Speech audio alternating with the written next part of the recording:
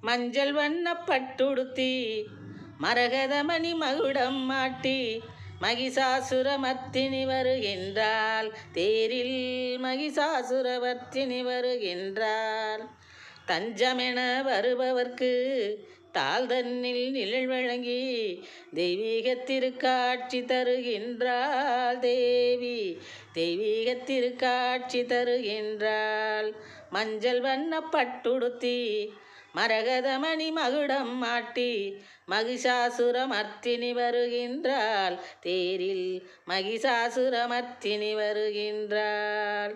தஞ்சமென வருபவர்க்கு தாள் தன்னில் நிழல் வழங்கி தெய்வீக திருக்காட்சி தருகின்றாள். தேவி தெய்வீக திருக்காட்சி தருகின்றாள்.